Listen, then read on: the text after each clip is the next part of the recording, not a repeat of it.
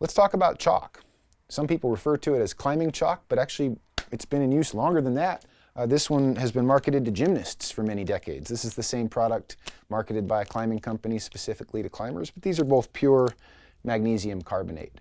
Worth knowing that classroom chalk is calcium carbonate, which turns slippery when you add water, whereas this stuff stays dry, so you can't just crush up a bunch of classroom chalk to save money.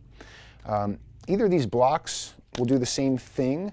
I like the act of crushing up the block in my chalk bag. It gets my fingers covered with a really thick layer of chalk, but you can buy a similar product pre-crushed in a bag. Worth noting, the blocks are all pure magnesium carbonate, but some of the bagged chalk contains additional drying agents, which some people like because they make your hands more dry, and some people don't like because they make their skin drier than they want. So this one is just pure chalk, and this one has a drying agent added. See which one you prefer.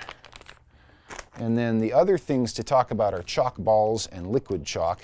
A chalk ball is great because when you squeeze it, you get some chalk coming through the sock onto your hand, but you're not poofing a bunch of chalk into the air. It can be a real air quality issue if people use loose chalk in an enclosed space. So a lot of gyms require you to use a chalk ball. It's nice to get one that's refillable. Some are refillable and some are not. I don't find that I get quite as much chalk on my hands, so I prefer loose chalk, but if I'm gonna go climb indoors, I'll fill a chalk ball and bring that with me.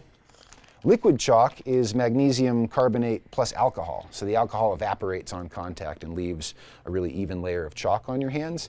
This is great. Boulderers and people doing really hard sport climbs will lather on a thick layer of this, let it dry, and then their hands are super dry and they're good to go. Not a very practical thing to carry on longer routes, but for short stuff, this is great. A lot of people will put on a layer of this and also have a chalk bag, so they'll dry with liquid chalk and then chalk up from their bag on the way up the climb.